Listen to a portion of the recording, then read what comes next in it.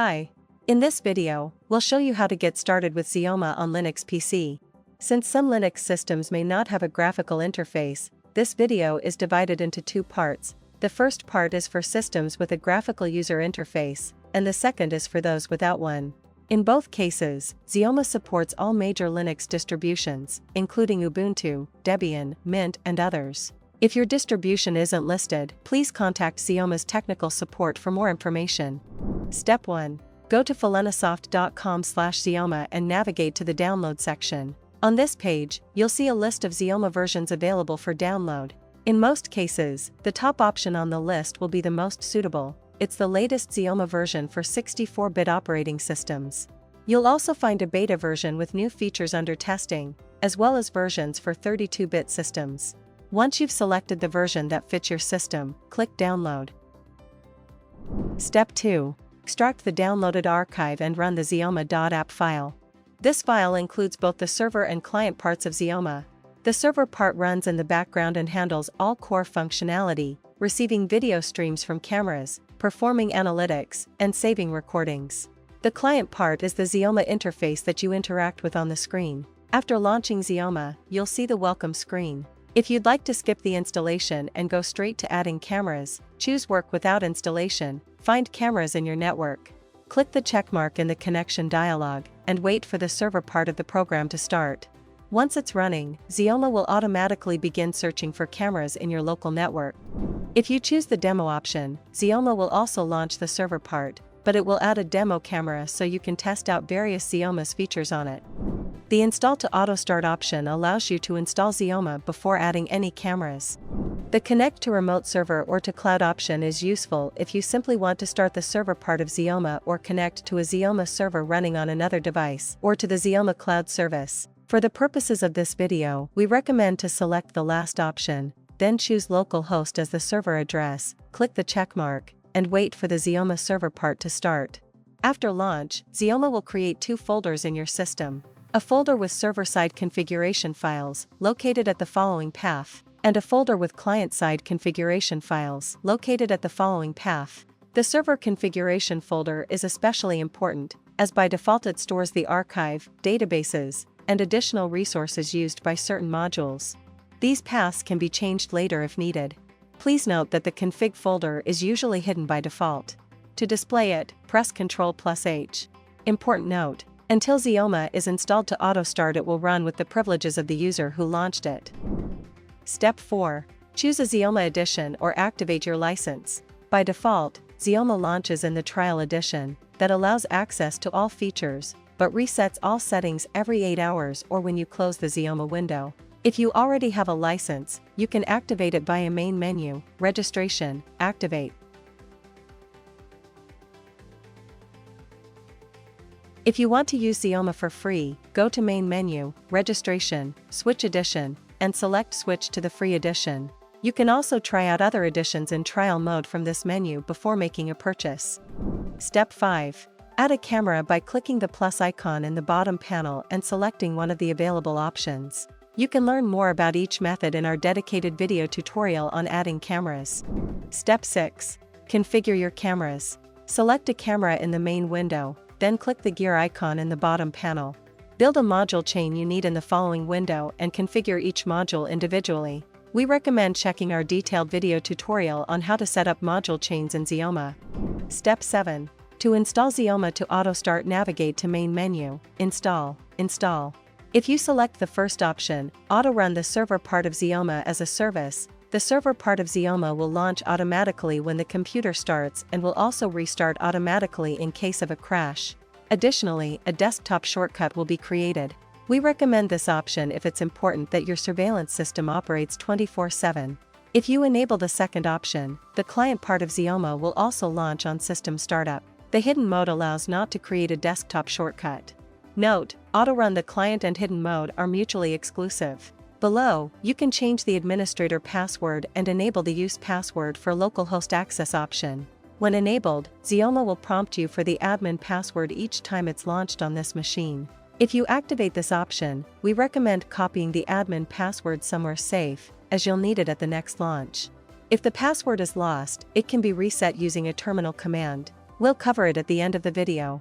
You can also choose a custom installation folder, but we recommend using the default one as it provides all necessary permissions for the program to operate properly. Once you've selected all the required options, click the checkmark and wait for the installation to complete. During installation, the system may prompt you for a password. In this case, enter your sudo password. After installation, the Xeoma settings folder will be moved to the directory you specified, and Xeoma will run under the root user. Step 8.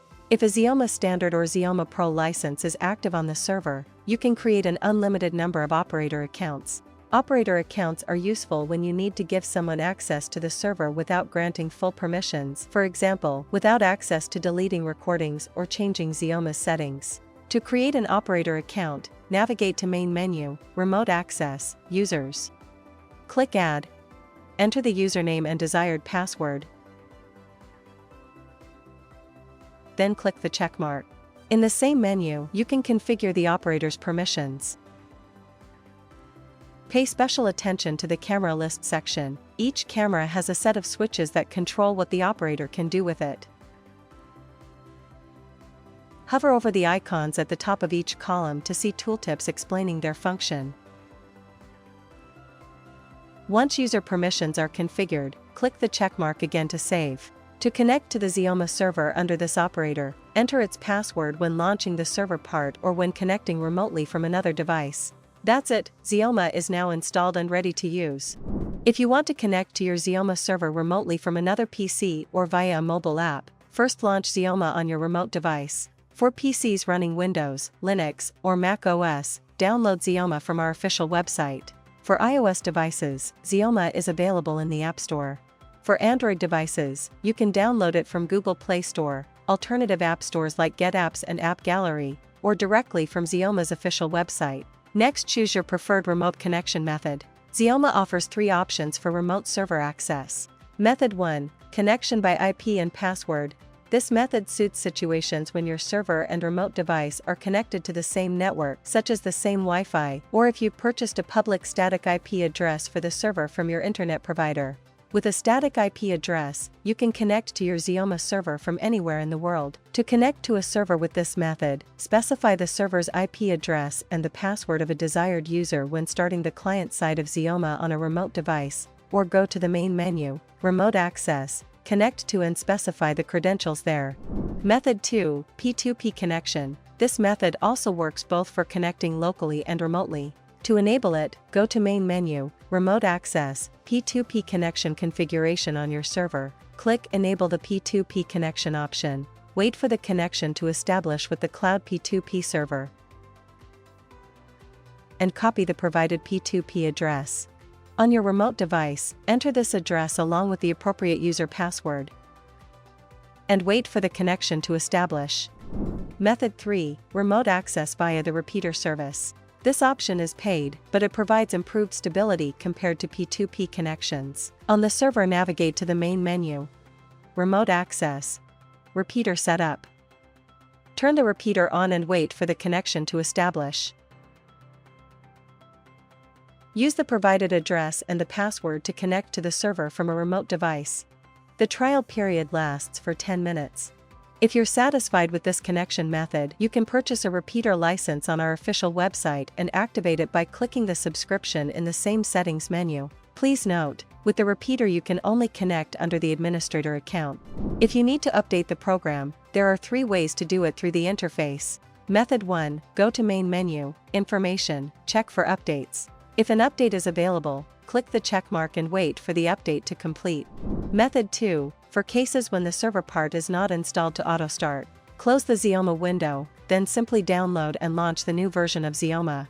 Your settings and licenses will be restored automatically.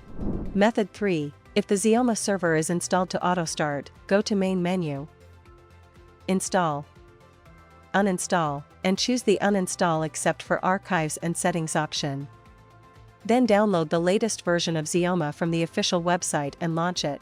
Your settings and licenses will be restored automatically. After that, install the updated version to auto-start again via Main menu, Install.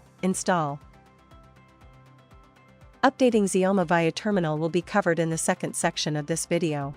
Please note, the versions of the server and client parts of Xeoma must match. Version mismatch may cause unexpected issues, so if you're using remote access, we also recommend updating Xeoma on the remote device after updating the server part. Xeoma is also designed for use on Linux systems without a graphical interface. Next, we will explain how to work with Xeoma through the terminal, but first an important note: if the terminal returns an error in response to any command, please read the error message carefully. In many cases, it contains the answer to what went wrong and how to resolve the issue. Errors may occur, for example, if the file path is entered incorrectly or if you attempt to use a utility that is not installed on the server. Step 1. Download the program. To do this, enter the command you see on the screen in the console. Step 2. Unpack the archive using the tar command. Navigate to the folder containing the downloaded archive and enter. After unpacking is complete, you will see the xeoma.app file in the folder. To view the list of available commands, enter the following command. Or visit the corresponding page on our official website. Step 3. Run the program or install Xeoma to auto-start. With the core key, you can run Xeoma's server part without installing it to auto-start. After that, you can connect to the Xeoma server from a remote client and continue configuring the server through the graphical interface. The drawback of this method is that the terminal will remain occupied by the Xeoma process, preventing you from using it for other tasks. We recommend installing Xeoma's server part to auto-start right away. To do this, use the following command. Once the command is executed, Xeoma's server part will start in the background. It will also launch automatically when the physical or virtual machine starts, and will restart in case of a crash. After installing Xeoma to auto-start, all further commands must be run with sudo. Remote connection in Xeoma is covered in the first part of this video. To retrieve Xeoma's administrator password via console, use the show password key. You can use this password for IPM password-based connections. If you want to set your own password, use the set password key. If this command is applied to Xeoma installed to auto-start, you must restart the Xeoma service after changing the password. Use the restart service key to do this. You can also activate licenses via console using the Activate Online key. To update Xeoma via terminal, use one of the following methods. If Xeoma is not installed to auto-start and is running in a non-GUI system, press Ctrl+C to stop the process. Then download the latest version via wget. Unpack the archive with tar. And start Xeoma with the core key. The archive and settings will be restored automatically. If Xeoma is not installed to auto-start but is running in a GUI system, find the process ID using the following command. The number at the beginning of the line is the desired ID. Stop Xeoma using the kill command. Type kill, then space and the ID of the process. Download the latest version via wget. Unpack the archive with tar. And start Xeoma with the core key. If Xeoma is installed to auto-start, uninstall Xeoma while keeping archives and settings using install remove exe key. Download the latest Xeoma version with wget. Unpack the archive with tar. Install Xeoma to auto-start with the install core auto key. Licenses and settings will be restored automatically. All further configuration steps, such as adding cameras, creating module chains, and managing operator accounts, can only be performed via remote connection through the graphical interface. If you encounter any difficulties while using Xeoma on Linux, please check the troubleshooting section on our official website or contact our tech support team for free. You'll find the links in the description.